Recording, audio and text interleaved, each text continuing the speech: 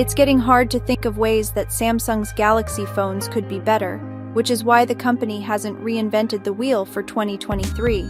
The Galaxy S23 and S23 Plus are all about subtle but smart refinements to our pick for the best Android phone, retaining the same gorgeous display and excellent cameras while delivering even faster performance, a more streamlined look, and some of the best battery life we've ever tested on a smartphone.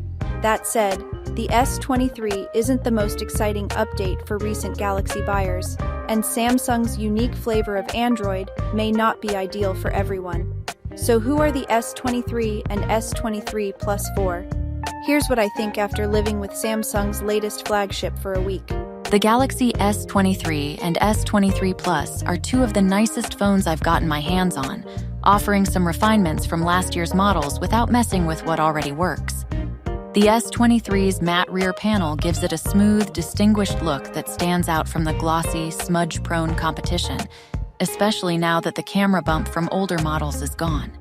Whereas the Galaxy S22 features a fairly large housing for its 3 camera lenses, the new S23 models are completely seamless on the back.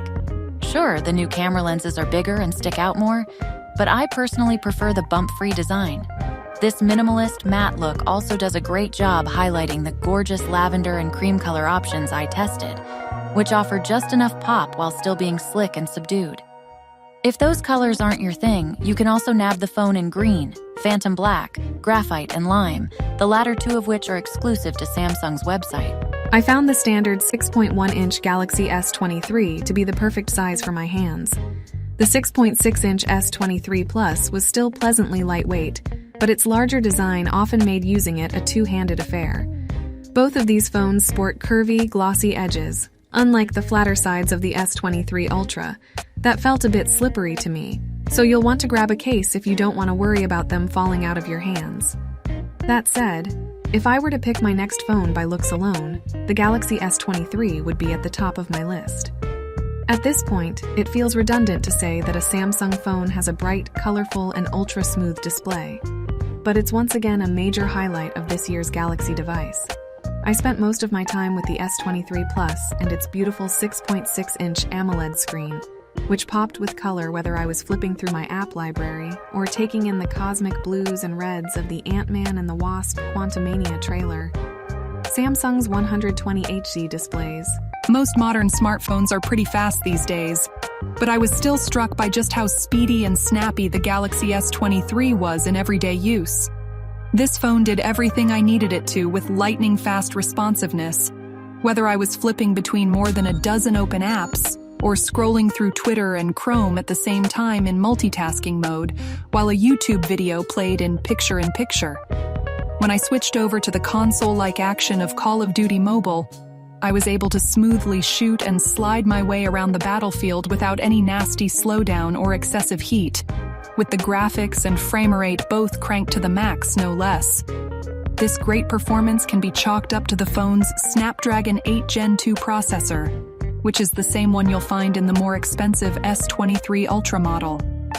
It proved to be just as impressive in our benchmark tests as it did in day-to-day testing, with performance scores that either kept up with or completely crushed the competition. On Geekbench 6, the latest version of our general use benchmark for everyday speed, Samsung's phone turned in an impressive multi-core score of 5,163. That's nearly neck and neck with the standard iPhone 14, a little bit behind the iPhone 14 Pro, and significantly ahead of the Google Pixel 7 that's powered by Google's own Tensor G2 processor. You'll have a very hard time taxing this phone, and if you're a heavy multitasker or gamer, you'll be set for at least the next few years.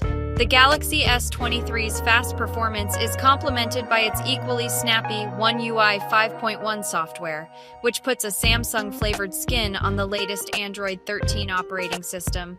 While the overall interface is busier than stock Android, more on that later, I found it easy to bounce around my go-to apps and quickly adjust settings on the fly. There are also some handy new perks this time in the form of modes and routines, which let you set up useful automations and profiles that allow the Galaxy S23 to behave exactly The Galaxy S22's excellent cameras are a big reason it earned our best Android phone spot last year, and the Galaxy S23 doesn't make any huge changes to that winning formula. Samsung's latest flagship once again takes great shots that are bursting with color and detail under most lighting conditions, this time with some noteworthy upgrades to selfies and night shots. The S23's triple camera setup is virtually the same as last year's, packing a 50-megapixel wide camera, a 12-megapixel ultra-wide lens for those extra panoramic shots, and a 10-megapixel telephoto camera that enables the phone's super impressive 30x space zoom. It's not quite as exciting on paper as the ridiculous 200-megapixel shooter we loved on the more expensive S23 Ultra, but it's still a perfectly good setup that gave us great photos, selfies, and videos in all kinds of environments. I found the Galaxy S23 to especially shine in bright daylight, capturing a gorgeous sunny blue sky that looked more bold and vibrant than what I got from the iPhone 14 and Pixel 7. Samsung's phone captured every sprinkle of cinnamon in a shot of a dirty chai latte, and the dramatic portrait mode shots I took of my dog were frame-worthy. If you like taking shots of stuff in the distance, the 30x space zoom on the S23 is once again a winner. I was able to clearly read the text of a very distant billboard that I shot with full zoom enabled, and also managed to get some decent snaps of the Empire State Building from my balcony in Queens. There was a significant loss of detail when using the full 30x zoom. I'd recommend 10x for the best results. But the fact that the S23 can even get that far is impressive. Samsung's entry-level flagships don't have the same wild 100x space zoom as the pricier S23 Ultra, but you still get much deeper zoom than on the iPhone 14, 5x, or the Pixel 7, 8x.